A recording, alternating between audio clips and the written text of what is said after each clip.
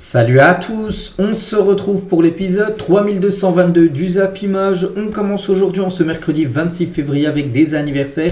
Et on commence tout d'abord avec la pépite allemande du Bayern Munich, Jamal Musiala. Il fête aujourd'hui ses 22 ans, lui souhaite bien sûr un très bon anniversaire vu qu'a prolongé il y a quelques jours jusqu'en 2030 son contrat du côté du Bayern avec un salaire de plus de 25 millions d'euros par an. C'est le joueur le mieux payé au Bayern. Bon anniversaire à Musiala, bon anniversaire également au défenseur de Chelsea, Levi Colwill. Il fête aujourd'hui ses 22 ans, bon anniversaire également à Malcolm, ancien joueur des Girondins de Bordeaux, même du FC Barcelone, il fête aujourd'hui c'est 28 ans. On continue, on va parler maintenant de tout ce qui s'est passé hier, pas mal de foot à parler hier, et on commence tout d'abord avec la Coupe de France. Il y avait deux rencontres hier, c'était les deux premiers quarts de finale, et tout d'abord, je ne sais pas si c'est une surprise, ce que joue très bien, c'est cette équipe de l'AS Cannes qui élimine l'équipe de Guingamp. Donc Cannes, c'est de la Nationale 2, Guingamp c'est de la Ligue 2, et Cannes s'est imposé 3-1. Donc félicitations bien sûr à cette équipe. À noter que Cannes, qualifié pour les demi-finales quand même de la Coupe de France, à noter que dans leur groupe de Nationale 2, ils sont premiers. Donc il y a des chances de les voir en National la saison prochaine. En troisième division, s'ils arrivent à monter, donc pour eux les gars, c'est pour l'instant une très bonne saison, déjà d'atteindre les demi-finales de la Coupe de France, c'est incroyable. Donc voici les stats de la partie. Donc l'équipe de Guingamp a peut-être eu plus de tirs, 17 tirs contre 14 pour Cannes, mais c'est Cannes qui a été plus efficace et qui se qualifie pour le dernier carré de cette Coupe de France. Donc Cannes monte encore une marche, bien sûr. Ils ont déjà éliminé des grosses équipes, ils ont déjà éliminé Grenoble, ils ont éliminé, je ne sais plus, aussi des équipes qui étaient hiérarchiquement devant eux. Voilà, à chaque fois ils arrivent à passer un tour. Donc félicitations bien sûr à cette équipe. Et il y avait également un autre match entre Angers et le Stade de Reims, c'était un duel 100% Ligue 1. Donc ça s'est fini un partout. Donc Nakamura buteur côté Stade de Reims à la 79e minute de la partie. Bamba Dieng, les gars, égalisé à la 95e minute de la rencontre pour le SCO Angers. Donc du coup il n'y a pas de prolongation, du coup tir au but, et au tir au but 5-3 pour Reims, du coup qui se qualifie également pour les demi-finales de cette Coupe de France. Voici les stats. Dommage pour Angers, il y a peut-être la place de s'imposer au bout des 90 minutes de jeu, ce qui n'a pas été fait. Du coup c'est plutôt Reims qui se qualifie pour le dernier carré. Aujourd'hui les deux derniers quarts de finale, Brest contre Dunkerque à 19h, et ce soir le Stade Briochin, une équipe de National 2 contre le Paris Saint-Germain. Ça sera du côté du Rosenpark, le Stade de Rennes, où se jouera bien sûr cette rencontre. Le match sera guichet fermé ce soir. Donc voilà les deux derniers quarts de finale. Et concernant le match du Paris Saint-Germain ce soir au Stade Briochin, notez que Warren Zaïre est de retour. Le jeune Parisien devrait être de retour dans le groupe du PSG cette semaine en Coupe de France, un mois après son entorse à la cheville. S'était blessé lors du dernier match du PSG en phase de poule de Ligue des Champions. Ça devait être contre Stuttgart, Paris Saint-Germain s'est imposé, et il s'était blessé lors de ce match-là, donc depuis il n'avait pas joué. Il devrait faire son retour ce soir. Le jeune Warren Zaïre, c'est plutôt une bonne nouvelle à une semaine, parce que mercredi prochain, c'est la réception de Liverpool dans 7 jours. On quitte la France, direction maintenant l'Espagne. On va parler de ce match. C'est le match que j'ai regardé hier et je pense que j'ai bien fait d'avoir regardé ce match c'était une demi-finale, demi-finale aller de la Coupe du Roi entre le FC Barcelone et l'Atlético Madrid. 4-4 les gars, un match totalement fou. Donc déjà ça a commencé très fort côté Colchonero, ça il menait déjà au bout de 6 minutes de jeu, il menait déjà 2-0. Voilà, Alvarez et Griezmann, un buteur en tout début de match. Ensuite le Barça a passé la seconde, le Barça est revenu, le Barça a même pris l'avantage jusqu'à 4-2. Et l'Atlético en fin de match les gars a remarqué 2 nouveaux buts et du coup score final 4-4. Donc voilà, ça a vraiment été un magnifique match. Peut-être le plus beau match que j'ai vu depuis le début d'année 2025, vraiment une magnifique partie de football. Donc les statistiques de la partie, donc 16 tirs, 9 tirs cadrés pour le Barça, 4 buts, et l'Atlético 10 tirs, 7 tirs cadrés et 4 buts également. Donc voilà, les attaquants ont été prolifiques, ont été très bons. Vraiment Pedri, Cubarsí, Inigo Martinez, Lewandowski. Je crois qu'il n'y a pas un joueur qui a marqué un doublé. Il y a un joueur. Les 4 buts à chaque fois ont été marqués par 4 buteurs différents pour les deux équipes. Et le grand 8 quand même ce match, parce que voilà, tu perds 2-0, tu reviens à 4-2, tu prends l'avantage de 4-2 pour le Barça et après 4-4. C'est dommage quoi. Il y a un moment le Barça, je me demande comment ils ont fait pour reprendre 2 buts à la fin. Ils maîtrisaient totalement le match. Voilà, puis je sais pas ce qu'ils ont fait.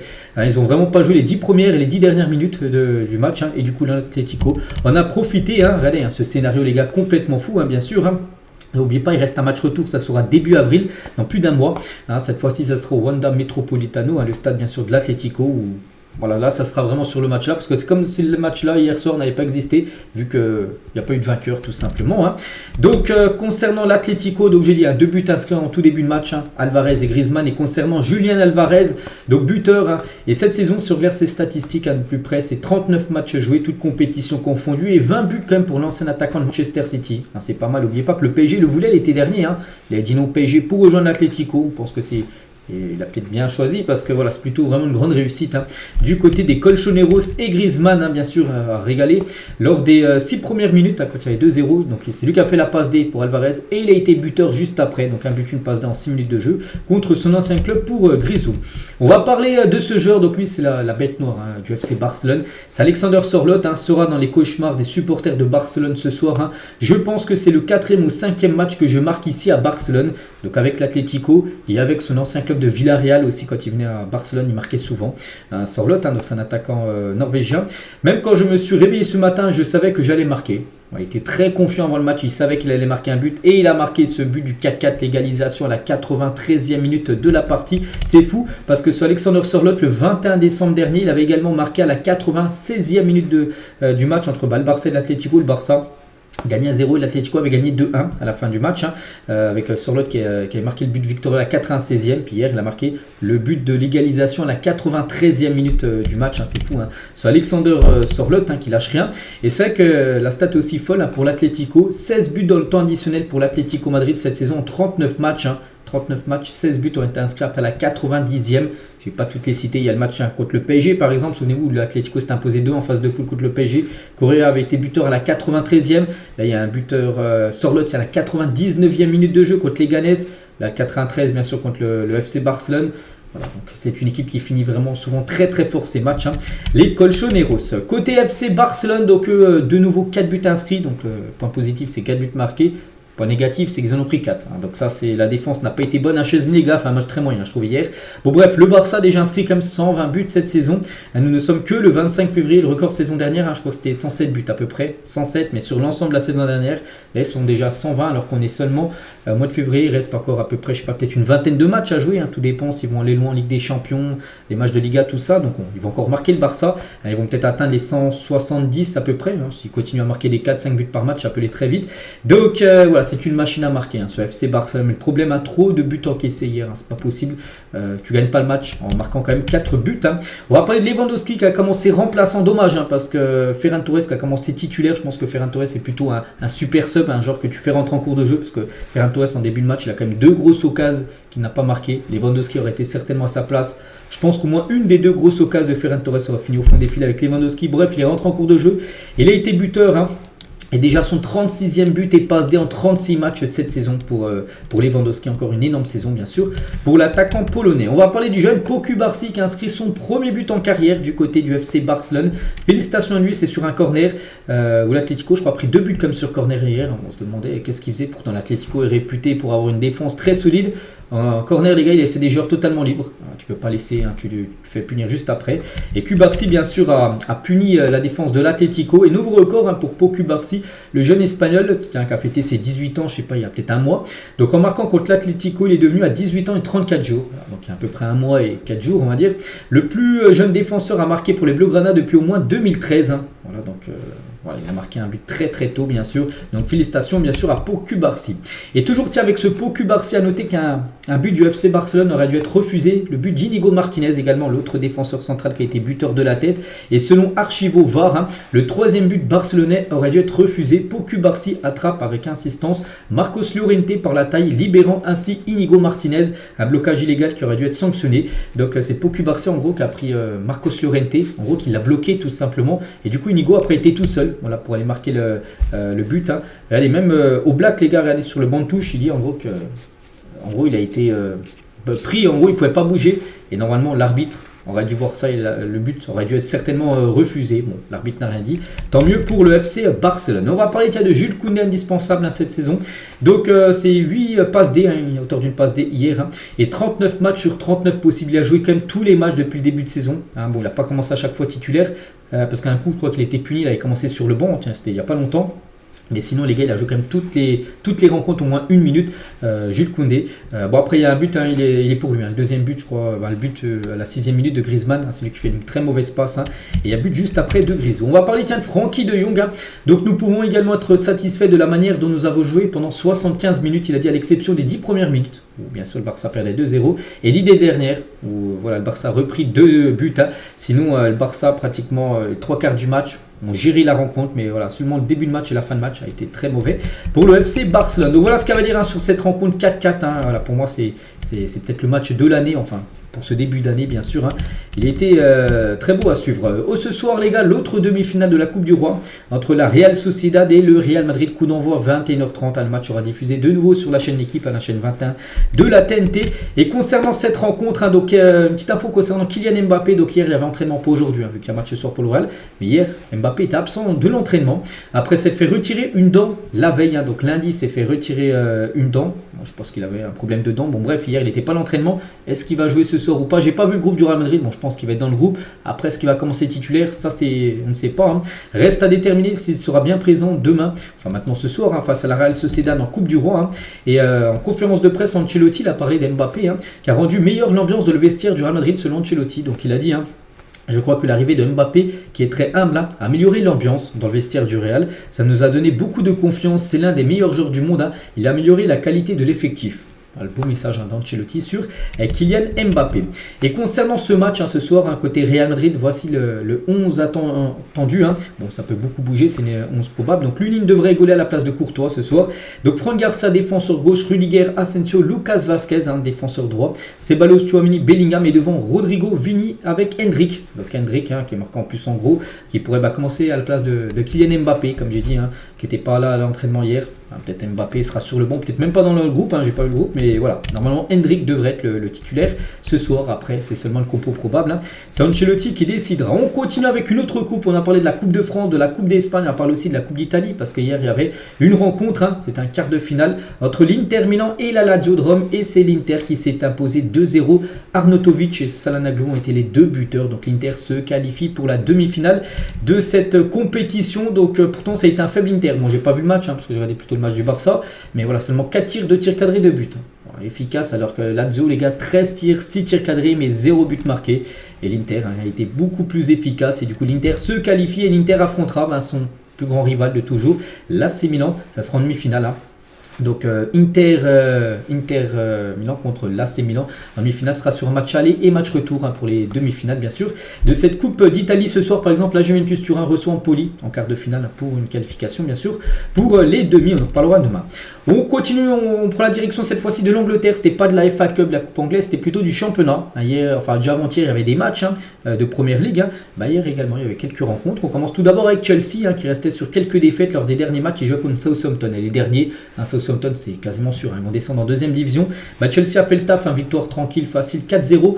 Donc Nkunku, Neto, Colwill, qu'on a parlé tout à l'heure, hein, c'est son anniv aujourd'hui. Hein. Et aussi Cucurella, voilà, ont été les 4 buteurs différents à côté de Chelsea. Donc parfait, hein, 19 tirs, 10 tirs cadrés et 4 buts marqués. Pour l'équipe de Chelsea, à noter le gros match de Pedro Neto, buteur et passeur D. Donc buteur sur une passe D d'Nkunku, à noter. Et passeur D. Voilà, donc vraiment un gros match, hein, bien sûr. De la part de Pedro Neto, on peut voir sa hitmap. Hein, il est un petit peu partout, bien sûr, le joueur portugais. Et les supporters de Chelsea protestent contre Blue Echo. Blue Echo, vous savez, c'est Todd Boehly, le propriétaire, hein, où il investit un peu n'importe comment. Donc avant le match, hein, on veut le Chelsea qu'on a connu de retour, tout simplement. Le Chelsea à l'époque, hein, bien sûr. Le Chelsea qui a gagné 2 Ligues des Champions avant que Todd Boehly, bien sûr, rachète le club. Voilà, ils veulent retrouver l'ancien Chelsea, hein, les supporters, bien sûr, des Blues. Il y avait d'autres rencontres. Crystal Palace contre Aston Villa et c'est Crystal Palace qui s'est imposé 4-1. Donc Mateta, l'attaquant français, a été buteur. Nketiah a également été buteur et Ismail Assar hein, a été auteur d'un doublé. L'ancien joueur de l'Olympique de Marseille, 19 tirs, 6 tirs cadrés et 4 buts ont été marqués. Aston Villa a déçu, hein, seulement 2 tirs cadrés dans le match qui avait battu Chelsea il y a quelques jours hein, avec un doublé d'Asensio. Donc là ils n'ont pas vu le jour. Hein. Crystal Palace a noté qu'Ismail Assar a été double buteur et hier c'était son anniv. Hein. Oui, hier j'ai dit le 25 février, il y a pas mal d'anniversaires dont celui d'Ismail Assar. Donc parfait, le jour de son anniv. Il a inscrit un doublé. Et concernant Crystal Palace, retrouve la victoire parce que c'est vrai que Crystal Palace sur ses 9 derniers matchs à domicile, et il restait seulement sur une victoire contre Southampton, que tout le monde gagne, hein, Southampton 2-1, sinon allez, ils avaient perdu Everton, ils avaient perdu contre Brentford, ils avaient perdu contre Arsenal, ils avaient fait des nuls contre Chelsea, City, Newcastle, ils avaient perdu contre Fulham. Enfin, ils ont réussi à gagner à domicile. Cette équipe de Crystal Palace qui gagne beaucoup à l'extérieur mais très peu à domicile. Et heureusement, ils l'ont fait hier. Brighton contre Bournemouth et c'est Brighton qui s'est imposé 2-1. Welbeck et João Pedro ont été les deux buteurs côté Brighton contre un but de Kluivert qui marque beaucoup. Je crois que c'est déjà son 12e but cette saison en Première Ligue pour le jeune Justin Kluivert. Mais ça n'a pas suffi vu que son équipe s'est inclinée 2-1 lors de cette partie. Il y avait un autre match, Wolverhampton contre Fulham. Et c'est Fulham qui réalise la très bonne opération s'imposant 2-1 du côté de Wolverhampton. Du coup, cette Première Ligue, le top 10 en attendant les matchs, parce qu'il reste encore des matchs ce soir. Brentford, Everton, Manchester United, Ipswich, Nottingham, Arsenal, Tottenham City et Liverpool, Newcastle. Tout ça, c'est ce soir. Donc, c'est les derniers matchs de la Première Ligue, parce qu'il y a une journée en plein milieu de la semaine. Mais regardez le top 10 en attendant les rencontres de ce soir. Donc, Liverpool en tête, bien sûr, Arsenal 2e, Nottingham 3e. À noter, les gars, regardez, si on regarde le 3e, Nottingham 47 points et Aston Villa 42 points. Il y a seulement 5 points d'écart entre le 3e et le 10e. Ça va très vite, tu gagnes 2 matchs, tu passes de la 10e à la 3e position. Voilà, seulement 5 points d'écart pour cette place. Donc ça va beaucoup bouger, bien sûr. Donc après, il y a Arsenal, bien sûr, et Liverpool qui jouent. Donc Arsenal, victoire, il faut absolument gagner. À Nottingham, bien sûr, en plus, c'est comme un gros match. Le 3e contre le 2e ce soir. Comme grosse partie. Et Liverpool reçoit Newcastle, Tottenham aussi City. Et à noter qu'Arsenal, les gars, malgré qu'ils sont 2e à 53 points, qu'ils ont pas mal de points de retard, bien sûr, sur Liverpool, avec un match en retard, et Arteta n'abandonne pas la course au titre. Il a dit, il faudra me passer sur le corps pour que j'abandonne de penser, bien sûr, à gagner le championnat. Si je n'y crois pas, je rentre chez moi. Mathématiquement, c'est encore possible, bien sûr. Si Liverpool perd tous ses matchs, il perd une bonne partie de ses matchs, et si Arsenal gagne une bonne partie de ses matchs, Arsenal sera champion. Mais il a dit, si vous voulez gagner la Première Ligue, vous devez faire quelque chose de spécial. Nous devrons faire quelque chose que personne d'autre n'a fait dans l'histoire de la Première Ligue. Et c'est de revenir. Pourtant, il y a beaucoup de points de retard. Après, ils ont un match en retard. Mais voilà, ça semble très compliqué. Mais voilà, il va falloir. De toute façon, il faut quasiment tout gagner pour Arsenal jusqu'à la fin de saison. Mais il y croit encore. Bien sûr, Mikel Arteta. Et tiens, juste, on va parler aussi à 11 matchs de la fin du championnat anglais. Donc, n'oubliez pas qu'Erling Haaland, à droite, les 35 matchs, 36 buts, c'est le record. Sur une saison de Première Ligue, c'est le joueur à avoir inscrit le plus de buts. C'était en 2022-2023, il a marqué 36 buts, c'est le record sur une saison. Donc là, Mohamed Salah est à 25 buts, il lui reste 11 buts à marquer. Ce qui est faisable pour Salah qui marque quasiment tous les matchs. Pour égaler ou même battre la meilleure saison de l'histoire de la Première Ligue pour un joueur qui a marqué le plus de buts. Donc c'est Erling Haaland. Donc pour l'instant, Salah il a 25 buts, 11 buts de moins que Erling Haaland il y a 2 ans. Donc voilà ce qu'il y a à dire sur le championnat anglais. On reparlera bien sûr des résultats de demain parce que ce soir il y a beaucoup de matchs. On prend la direction du championnat saoudien. Il y avait l'équipe de Cristiano Ronaldo qui jouait hier, c'était hier après-midi, contre Al Wahda. Et son équipe s'est imposée 2-0, l'équipe d'Al Nasser, avec un but bien sûr de Cristiano Ronaldo et un but de Sadio Mané sur un pénalty en toute fin de match à la 90e plus 10 minutes additionnelles. Et Ronaldo était encore sur la pelouse. Donc Ronaldo a dit il aurait pu prendre le pénalty parce que Ronaldo tire tous les pénaux. Il a dit à Mané, vas-y, tire le pénalty. Sympa quand même de la part de CR7. Mais bon, un nouveau but bien sûr de la part de CR7 et du coup son 9e but quand même en 2025 depuis janvier. Et le but numéro 925. Ça y est, on sait qu'il a l'objectif des 1000. Donc ça y est, on va dire, quand il est à 900, il a déjà fait un quart du chemin. Cristiano Ronaldo, il lui reste encore 75 buts pour atteindre cette barre des 1000 buts en carrière. Et Cristiano Ronaldo, comme j'ai dit, il aurait pu en marquer 926, un autre, parce qu'il y a eu penalty, comme j'ai dit, il a donné son penalty, il a préféré laisser le penalty à Sadio Mané. Alors qu'il aurait pu prendre le péno bien sûr. Ronaldo, parce que normalement c'est lui celui qui tire en premier, bien sûr, celui qui est désigné en numéro 1. D'autres rencontres du côté du championnat saoudien. Al Hilal s'est imposé 5-1 contre Al Kholoud. Donc belle victoire bien sûr pour Al Hilal. La belle victoire aussi de Al Ahly contre Al Qadsiya. C'était le 3e contre le 4e du championnat. Et c'est Al Ahly qui s'est imposé 4-1 contre l'équipe promue d'Al Qadsiya où joue Aubameyang ou Nacho. Donc belle victoire bien sûr de Al Ahly. Au programme aujourd'hui, donc l'équipe leader, l'équipe de Karim Benzema Al Ittihad. Maintenant je connais tous les clubs maintenant du côté du championnat saoudien. Donc à 18h il se déplace à Al Khalej. On l'a au programme, on peut voir sinon les autres rencontres du jour. On a parlé de Cristiano Ronaldo là, il y a quelques secondes. On va parler cette fois-ci de Messi parce que Messi a joué la nuit dernière avec son équipe de l'Inter Miami. C'était pas du championnat mais c'était le match retour de CONCACAF Champions Cup, en gros la Ligue des champions CONCACAF nord-américaine. Au match aller il y a eu un partout contre Sporting Kansas. Souvenez-vous, il faisait même moins 15, ressenti moins 23. C'était un match il faisait très froid. Bref, c'était le match retour là, Miami. La nuit dernière, ils ont gagné 3-1, Inter Miami. Et Messi a été buteur, Suarez également buteur. Donc du coup, score cumulé, c'est que l'Inter Miami s'est imposé en gros. Lors de cette confrontation, donc là c'est marqué AG 4-1, mais c'est plutôt 4-2, hein, vu qu'il y a eu un partout au match aller. Donc du coup, l'Inter Miami se qualifie pour le tour suivant de cette Ligue des Champions nord-américaine. À noter que Messi a été buteur. J'ai pas vu le match, mais j'ai vu son but. Contrôle de la poitrine, reprise de volée. Magnifique but, hein, bien sûr, de la part de la Pulga. On va parler rapidement aussi d'un match de l'équipe de France féminine. Elle jouait hier, hein, c'est un match de Ligue des Nations, deuxième journée contre, c'était qui? L'Islande en face. Hein. Elles ont gagné 3-2, les Françaises. Hein. Donc félicitations à elles. Hein. Donc voilà, 3-2, elles ont totalement, on va dire, maîtrisé le match. Hein. Et un record, les gars. Eugénie Le Sommer est devenue la joueuse la plus capée de l'histoire de l'équipe de France. Hein. Entrée ce mardi face à l'Islande, la joueuse de 35 ans en fait, a fêté hier sa 199e sélection avec les Bleus et bat le record de Sandrine Soubeyran, hommes et femmes confondus. Hein. Même si on compare les hommes et les femmes, celle qui a joué le plus de matchs en équipe de France. Voilà, hommes et femmes confondus, peu importe. Hein. 199 matchs quand même pour Eugénie Le Sommer et ça fait la une aujourd'hui du journal L'équipe. Hein. Eugénie Le Sommet par rapport bien sûr à elle était ex-aequo avant avec Sandrine Soubeyran à 198 sélections, maintenant elle a 199, hein, Eugénie Le Sommer. Donc prochain match pour elle, hein, ce sera 200 matchs, hein, du côté des Bleus. C'est bien évidemment un record, félicitations à elle. On continue les gars avec toute autre chose, tiens, ça concerne également encore une fille. Hein, et la LFP désigne Stéphanie Frappart pour arbitrer le match entre l'Olympique de Marseille et le FC Nantes. Ça sera ce week-end, hein, donc une semaine après, on se souvient ce qui s'est passé lors du match AG Auxerre à Marseille où Longoria a complètement disjoncté sur l'arbitrage. Donc voilà, donc ça sera Frappart qui arbitrera le prochain match de l'Olympique de Marseille. Donc elle aura beaucoup de pression parce qu'on sait qu'actuellement Marseille les arbitres, hein, ça se passe pas super bien. Donc concernant l'arbitre, hein, du match entre Marseille et l'AG Auxerre samedi dernier, donc l'arbitre porte plainte. Hein, donc Jérémy Stinat, hein, a été visé avant Auxerre OM. Hein, les pneus de ces deux véhicules ont été crevés à son domicile. Hein. L'arbitre a porté plainte. Une enquête est en cours. Voilà, concernant cet arbitre là qui a beaucoup fait parler là, ces derniers jours. Et concernant la direction technique de l'arbitrage, hein, confirme les décisions. Parce qu'en gros, la direction technique, hein, ils ont regardé en gros s'il a fait des boulettes ou non, l'arbitre du match. Hein. Et non, les gars, c'est juste Longoria, les gars, il est peut-être dans son monde. Il n'y a que lui, en gros, qui a vu des choses tout seul, hein, tout simplement. Hein, parce que officiel, la direction technique de l'arbitrage estime que M. Stina n'a pas fait d'erreur lors d'Auxerre. Marseille, hein, décision confirmée, pas de pénalty sur Merlin. Un coup, il y a Merlin, les gars, il a pu toucher dans la surface, mais ça valait pas un penalty. Voilà, donc il a pris la bonne décision. Et carton rouge pour Cornelius. Là aussi, direction technique de l'arbitrage a dit qu'il a pris la bonne décision. Voilà, donc il y a seulement Longoria en gros qui a disjoncté par rapport à ça, alors que la plupart, enfin ceux qui gèrent les arbitres, enfin la cellule de l'arbitrage disent en gros qu'il a fait aucune erreur, l'arbitre de la rencontre entre Marseille et l'AG Auxerre, c'était samedi dernier.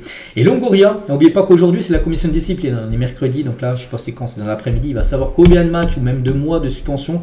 Ça peut être beaucoup, hein, pour Longoria. Bon bref, recadré par la ministre des Sports, hein, l'Espagnol a rencontré Marie Barsac, hein, hier mardi, hein, pour un rendez-vous fixé de longue date. Hein. Elle lui a rappelé son devoir d'exemplarité en tant que président de l'OM et qu'il ne pouvait pas disjoncter, hein, comme ce qu'il a fait bien sûr samedi dernier du côté de l'AG Auxerre. Et 111 arbitres, hein, vont porter plainte contre Pablo Longoria. Cela concerne tous les arbitres de Ligue 1 et de Ligue 2, centraux et assistants. Voilà, pour soutenir Jérémy, comment il s'appelle, Jérémy Stinat, là, Stinat, l'arbitre, le dernier arbitre, là, donc plus de 111 arbitres vont porter plainte contre Longoria par rapport à son disjonctement samedi dernier. On va parler aussi, tiens, on revient sur le match entre Lyon et le Paris Saint-Germain. Le PSG s'est imposé 3-2 et un supporter de Lyon suspendu 18 mois. Qu'est-ce qu'il a fait ce supporter lors du match, hein, dimanche dernier? Donc un fan de l'OM aurait écopé d'une interdiction de stade après avoir jeté un jet de projectile sur un joueur du PSG. Sur Vitinha, un milieu parisien. Le projectile a touché Vitinha à la jambe sans le blesser. Et du coup, cette personne a été identifiée par les caméras du Groupama Stadium, suspendu 18 mois de match. Hein. Ce supporter de Marseille, de Lyon, désolé. Et tiens, en parlant de Vitinha, hein, sur France TV Sport, hein, donc est-ce que le PSG fait peur à tous ses adversaires? Bien sûr, hein, j'ai aucun doute que personne ne va affronter le PSG, c'est vrai. Hein, ne croyez pas que Liverpool la semaine prochaine, hein, qui va jouer contre le PSG, les supporters sont contents. Ils ont fini comme premier d'une poule de 36 de la Ligue des Champions. Donc se dit, ils disaient en 8e, voilà, c'est un tirage abordable. Ils tapent comme Paris, hein, que personne ne voulait choper. Donc voilà, c'est que personne ne veut choper actuellement le PSG. Voilà, concernant cette équipe parisienne. On continue, on va parler de Pini Zahavi, c'est l'agent de Neymar. Hein. Et pour essayer de placer Neymar au FC Barcelone, ce retour pourrait être rendu possible par plusieurs facteurs. On entend beaucoup cette rumeur voilà, que Neymar, les gars, il est parti à Santos, se remettre en forme pendant 5 à 6 mois jusqu'à l'été prochain. Et après, l'objectif de Neymar, revenir en Europe. Et si possible, son rêve, lui, ce serait de retourner à Barça, au Barça. Et Pini Zahavi, lui, l'agent de Neymar, essaye bien sûr de placer son client du côté du Barça. Donc Neymar tout d'abord arriverait libre, parce que là il a signé seulement un contrat de 5 mois du côté de Santos, donc déjà s'il arriverait gratuit pour le Barça, ça peut être une bonne chose. Il serait prêt à percevoir un salaire raisonnable pour voir au jeu haut niveau, voilà, un salaire que le Barça pourrait lui payer. Le Barça lui dit non, on peut donner que ça, Neymar il pourrait dire oui. Peu importe la somme, le Brésilien reprend peu à peu son niveau à Santos, et la perspective d'un retour dans un grand club européen n'est pas à exclure. Bon, après une chose qui est sûre les gars, c'est que le Barça n'en fait pas une priorité actuellement. Le Barça, les gars, ils se disent pas nous, on veut absolument Neymar. C'est Neymar, lui, qui aimerait bien, et son agent qui aimerait bien retourner à Barcelone. Après, le Barça, ils se disent, on a déjà une équipe qui marche très bien sans Neymar. Après, on ne sait jamais, bien sûr. Neymar, c'est un retour à Barcelone, bien sûr, les ventes de maillots, tout ça, ça serait une grosse plus-value, je pense, pour le club blaugrana. Et concernant Messi aussi, il y a des rumeurs, oui, Messi sur un retour à Barcelone. En tant que joueur, je vous parle. Et Messi veut revenir jouer au Barça sur Alex Scandal. Donc, journaliste qui avait annoncé en premier son arrivée à l'Inter Miami quand il avait quitté le PSG. C'était le premier Alex Scandal qui avait dit Messi va signer du côté de l'Inter Miami. Pourtant, souvenez-vous, Messi, les gars, il y avait des rumeurs à Hilal dans le championnat saoudien quand il a quitté Paris. Et lui, ça a été le premier à dire il va rejoindre les États-Unis. Il a rejoint les États-Unis et ce journaliste, même là, il dit qu'il veut retourner au Barça. Voilà, Léo Messi. Les dirigeants blaugrana seraient déjà en train d'étudier la possibilité de le faire revenir l'été prochain. L'Argentin aurait déclaré en résumé je ne peux pas arrêter sans avoir d'abord joué au nouveau Camp Nou. Voilà, le stade bien sûr du Camp Nou là, qui est en rénovation. Donc voilà, imaginez les gars, les retours de Messi, Neymar. Bon, moi j'y crois pas du tout. Après, dans le football, on sait que ça peut être jouable. Bon, après, s'il y en a un des deux que le Barça pourrait faire revenir, j'en sais un, peut-être Messi. Voilà, parce que Messi, c'est la légende du côté du Barça. Et voilà, si Neymar et Messi sont de retour ensemble Barça cet été gratuitement, un rêve pour les fans ou un cauchemar pour la concurrence, j'en sais rien. Mais ce serait bien sûr un truc énorme si ça venait à se réaliser, ces deux-là venaient à débarquer du côté du Barça. Bon, on est encore très très loin. On verra ce qui se passera dans les prochaines semaines. On va parler de Layvin Kurzawa, qui a rejoint Boavista il y a je sais pas, peut-être 2 ou 3 semaines. Donc souffre d'une blessure musculaire qui l'éloigna des terrains pendant 3 semaines. Il vient à peine d'arriver, il est blessé pendant 3 semaines. Il n'a joué que 17 minutes depuis sa signature au Boavista cet hiver. On lui souhaite un bon rétablissement. On va parler du Real Madrid avec Louis Vuitton. C'est bouclé, donc la plus grande marque de luxe au monde va s'associer avec le plus grand club du monde, Louis Vuitton. Donc il y a un partenariat entre les deux.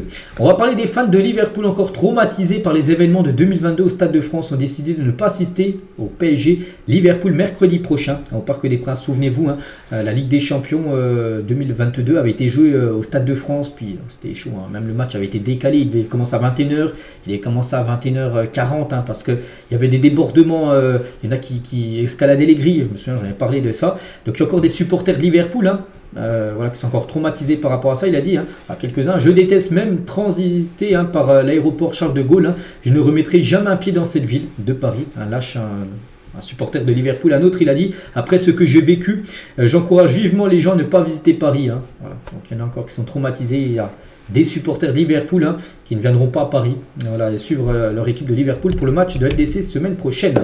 On va parler de la deuxième division espagnole, donc on n'en parle quasiment jamais, même oui jamais, mais c'est très serré les gars. Regardez, de la première à la 6e place, il y a seulement 3 points d'écart. Vous voyez pas, c'est les 2 premiers qui montent directement en Liga saison prochaine pour jouer contre le Barça et le Real. Et après il y a un système de play-off, et pour l'instant il y a Elche et Real Oviedo 50 points. Après il y a Santander qui a 49 points, Huesca 48, Mirandes 48 et Levante 47 points. Donc on a la 28e journée. Il reste encore 10 matchs, donc voilà, ça va être très très serré, bien sûr, pour savoir qui montera en Liga saison prochaine. Toujours en Espagne, on va parler de Gérard Piqué. Donc il a fait une petite déclaration sur Lamine Yamal. Il a dit, à mon sentiment est que Lamine Yamal n'aurait pas joué dans notre génération, s'il aurait été dans les années, s'il aurait été au haut niveau, on va dire dans les années 2010, Lamine Yamal, avec cette équipe du Barça où il y avait Messi, tout ça, les joueurs à l'époque, l'Alexis Sanchez dans la sélection espagnole, en gros, et Lamine Yamal n'aurait pas eu sa place. En gros, il aurait été remplaçant dans cette équipe Espagne très talentueuse. En gros, il n'aurait pas eu sa place. C'est ce qu'il dit, Gérard Piqué. Dans ma génération, Lamine Yamal n'aurait pas joué. On ne sait rien. Après, voilà, c'est dur de comparer, bien évidemment, mais pense qu'il aurait eu sa place, hein. Vu comment il joue, vu encore le match encore qu'il fait hier, les gars, c'est un joueur hors pair, bien sûr, hein. Ce jeune Lamine Yamal. Pas de rapport de PSG Lille, hein, parce qu'en gros, le LOSC, hein, parce que samedi, les gars, il y a match Paris contre Lille, hein, c'est samedi soir, un match de Ligue 1, et Lille, en gros, voulait que le match, hein, contre le PSG soit décalé pour que Lille ait plus de temps de repos avant leur match contre Dortmund la semaine prochaine à LDC. Et du coup, le match est bien prévu, du coup, samedi prochain à 21h05. Voilà, ce PSG Lille, il n'y aura pas de report, hein. Les Lillois souhaitaient reporter ce match pour leur 8e de finale de Ligue des Champions, alors plus de repos pour préparer le match contre Dortmund. Ça a été refusé par la LFP. Castello Luqueba suscite l'intérêt de plusieurs clubs de première ligue. Manchester United, Liverpool et Chelsea s'intéressent aux défenseurs français du RB Leipzig, hein. Donc Leipzig réclame quand même 90 millions d'euros pour le laisser partir, soit le montant de sa clause libératoire. On peut voir quand même les 3 grosses équipes anglaises intéressées. On va parler de Giroud, les gars. Je suis fier de ce que j'ai fait avec les Bleus. Je ne pouvais pas espérer une meilleure carrière en équipe de France, hein. Pour rappel, ses statistiques avec les Bleus, c'est 137 matchs, c'est 57 buts, un meilleur buteur de l'histoire de l'équipe de France, enfin, toujours pour l'instant. Bon, il sera certainement battu très prochainement, hein, dans les années à venir, certainement par Mbappé, hein, qui le battra certainement. Donc 57 buts et 15 passes D. Donc il dit qu'il est très fier de sa carrière en équipe de France, bien sûr. Il a gagné quand même la Coupe du Monde, hein, le plus gros trophée que tu peux remporter avec un pays. Donc oui, il peut être fier, hein, bien évidemment. Olivier Giroud. On va parler de Liverpool qui pense à Lookman pour pallier le possible départ de Mohamed Salah. N'oubliez pas que Salah, il fait une saison, c'est exceptionnel. Mais Salah, pour l'instant, dans 4 mois, tiens, on est le 26 février, le 30 juin prochain, il est en fin de contrat, hein. Pour l'instant, il n'a rien prolongé du tout du côté de Liverpool. Et s'il venait à partir, Lookman serait le joueur parfait pour remplacer Mohamed Salah du côté des Reds, hein. Donc le Nigérian a bien prévu, hein, de quitter l'Atalanta, bien sûr, à la fin de la saison. Et concernant le futur de Salah, lui, on ne sait pas. On ne sait pas s'il veut rester ou partir, hein.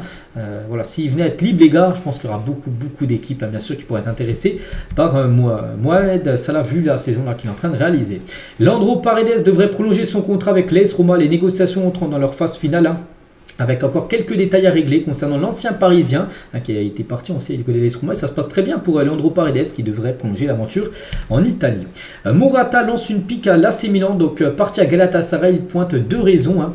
Donc le départ de Paulo Fonseca, qu'il était venu rejoindre, hein, et s'assurer de jouer la Ligue des Champions de la saison prochaine, laissant entendre que Milan n'offrait pas de garantie, hein. Chacun doit penser à ses propres affaires. À la saison prochaine, je jouerai la Ligue des Champions, c'est important pour moi, parce que s'il reste à Galatasaray, ils vont jouer la LDC. Pourquoi? Parce qu'ils sont premiers, ils vont certainement remporter le championnat de Turquie, donc ils vont jouer la LDC, ils seront qualifiés. Alors que Milan, c'est pas sûr, il n'y a pas de garantie. C'est pour ça, tout ça, on fait que en janvier dernier, il a quitté Milan AC pour rejoindre tout simplement le Galatasaray.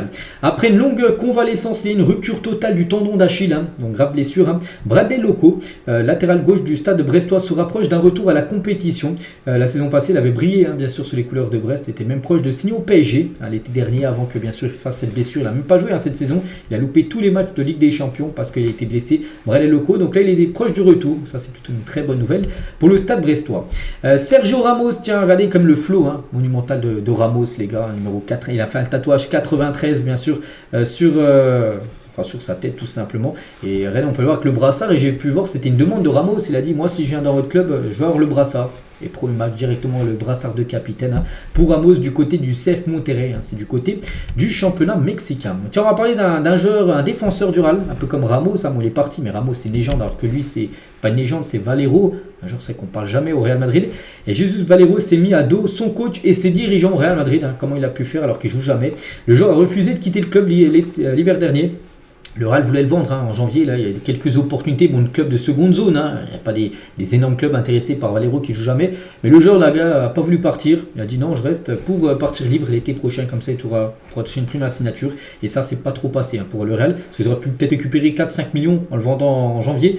Le joueur a refusé. Donc, du coup, il partira pour 0 €. Et c'est pour ça qu'il s'est mis à dos. Hein. Je ne sais même pas s'il a joué cette saison une seule minute. Donc, il partira l'été prochain. Il est en fin de contrat. Tiens, toujours au Real Madrid, on va parler aussi de Tchouaméni. A vu et entendu les critiques et ne compte pas les ignorer, hein, bien sûr, hein, c'est vrai que ces derniers temps, en tout début janvier, souvenez-vous, après la finale de la Super Coupe d'Espagne, il avait été sifflé quand le Barça a battu le Real Madrid. Lui, il avait été en défense centrale, il a fait un match très moyen. Bon bref, le match d'après, il a reçu beaucoup de sifflets, Ancelotti aussi, hein. Et depuis, il se souvient de ces sifflets, tout ça, il les a pas ignorés, hein, donc c'est pour ça que le joueur a choisi de travailler dur et faire ses preuves, bien sûr, et revenir au top niveau. Aurélien Tchouameni, c'est ce qu'on souhaite, hein, pour lui. Boubacar Kamara, tiens, le joueur français, donc c'est Messi ou Ronaldo, donc lui a une préférence, hein. Il préfère Léo Messi. Cristiano Ronaldo. Déjà 10 ans dans l'élite, hein, donc à seulement 26 ans, Donnarumma fait déjà une décennie en tant que pro. C'est vrai qu'il avait commencé sa carrière à seulement 16 ans. Et là actuellement il a 26 ans, il a fêté son anniversaire, c'était le 25, c'était hier. Hein. Lui et Safonov, en plus les deux gardiens du PSG sont nés le même jour, même année, hein, le 25 février 1999. Hein, donc ils fêtaient en gros leurs 26 ans hier. Donc voilà, déjà 10 ans en carrière pro, hein, quand même pour Donnarumma. On va parler d'un autre gardien de but, c'est James Trafford et la priorité de Newcastle au poste de gardien de but. Hein. Burnley, les gars, pour accepter une offre de 36 millions d'euros pour son portier de 22 ans. Tiens, on parlait de Burnley hier, hein, pour ceux qui ont suivi l'épisode, j'ai dit qu'il restait sur 11 matchs d'affilée, 0 but encaissé comme en Championship, hein, seulement 9 buts pris en 38 matchs, hein, je crois, depuis le début de saison de Championship. Et voilà, c'est ce gardien, donc il est ciblé par des grands clubs comme Newcastle, hein, où il pourrait débarquer en Première Ligue la saison prochaine. Tiens, un autre gardien, vu que là c'est un peu la rubrique des gardiens, là c'est Milan envisage de se séparer peut-être de Mike Maignan. Cela s'il ne trouve pas son meilleur niveau d'ici là, c'est que les derniers matchs n'ont pas été super bons, hein, pour Mike Maignan, donc attention bien sûr pour le gardien de l'équipe de France. On va parler de ce joueur, hein, Lucas Perez, hein, donc phobique de l'avion, il déteste prendre l'avion, hein, ce joueur les gars. Donc Lucas Perez est parti de Madrid pour rallier Eindhoven en voiture, hein. L'attaquant espagnol s'est engagé au PSV ce dimanche. Tiens, là, dimanche, il y a quelques jours. Hein. Il a quitté, je ne sais plus où il jouait, je crois peut-être Las Palmas. Et en gros, il était transféré. Las Palmas et Eindhoven. Et en gros, il aurait pu reprendre la direction d'Eindhoven en avion. Hein. Ça a peut-être pris 2 heures. Il déteste prendre l'avion. Donc, du coup, il a pris sa voiture de l'Espagne jusqu'aux Pays-Bas. Hein. Bon, au sein d'un championnat qui lui permettra d'éviter les trajets aériens. Hein, parce qu'au championnat néerlandais, on va dire, les Pays-Bas, c'est un petit pays. Donc, il n'y a pas besoin de prendre l'avion, on va dire, quand tu joues à l'extérieur. Hein, c'est vraiment très proche. Alors qu'en Espagne, il va prendre l'avion, tout ça, il déteste ça. Hein, c'est un gros problème. Donc, c'est pour ça qu'il part au PSV pour éviter de prendre l'avion. Il est phobique de l'avion. Et toujours tiens avec ce Lucas Perez, les gars, qui a rejoint, je vous ai dit, le PSV, les gars. Donc aussi une info sur sa jeunesse. Hein. Perez, les gars, partageait hier de tristes détails sur sa relation difficile qu'il entretient avec ses parents.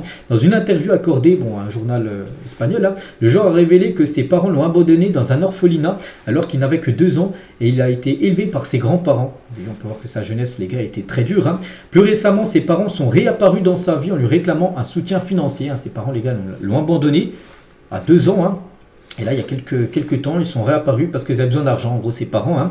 Donc, j'ai grandi avec mes grands-parents après être passé par un orphelinat où mes parents m'ont laissé quand j'avais 2 ans. Hein. Ça m'a fait très mal parce qu'ils ne m'ont jamais parlé. Mon père me demande de l'argent alors qu'il m'a abandonné enfant. Ma mère a fait pareil quand j'ai signé à Arsenal. Hein. Voilà, après, vu que ses parents ont vu que il est devenu riche, tout ça, ils ont commencé à reprendre contact avec lui pour essayer de lui gratter de l'argent. Donc ces pressions familiales, combinées à un manque de soutien présumé de la part du Deportivo La Corogne, l'ont conduit à quitter le club pour rejoindre le PSV. Enfin, il était au Deportivo, je crois qu'il était à Las Palmas. Bref, il est parti au PSV cet hiver et ainsi s'éloigner géographiquement de ses problèmes nocifs pour sa santé mentale aussi, quitter l'Espagne. Voilà, parce qu'il y avait ses parents, tout ça, puis il voulait s'écarter de ça par rapport que ses parents l'ont abandonné quand il était jeune. Donc voilà, concernant ce joueur Lucas Perez, pas un joueur hyper connu, mais qui a un vécu, on va dire, très difficile. Hein. On lui voit bien sûr beaucoup de force. Et on finit, les gars, cet épisode aujourd'hui avec cette question. Parmi ces 3 joueurs, choisissez un titulaire, un remplaçant, un joueur qu'il faut vendre. 3 cracks au milieu de terrain, Kanté, Yaya Touré et Paul Pogba. Donc je partirai directement sur le titulaire, sur Yaya Touré. Alors prime les 3, je pense que Yaya Touré au-dessus des 2 autres. Hein. Yaya Touré, les gars, c'était une plaque tournante. Et il combinait en gros ce qu'avec Kanté, il récupérait beaucoup de ballons un peu comme Kanté. Et c'était une plaque tournante comme Pogba, donc je mettrais Yaya Touré, qui a toutes les caractéristiques pour être titulaire. Remplaçant, après ça joue entre Kanté et Pogba, je partirais sur Kanté et il faut en vendre un, je partirais sur Pogba. Voilà, il faut faire un choix et j'ai fait ce choix là. Donc voilà les gars ce qu'il y avait à dire aujourd'hui. J'espère que ça vous a plu. On se retrouve demain les gars, demain jeudi où il y aura encore beaucoup de foot à parler. Et je vous souhaite une très bonne journée et à demain.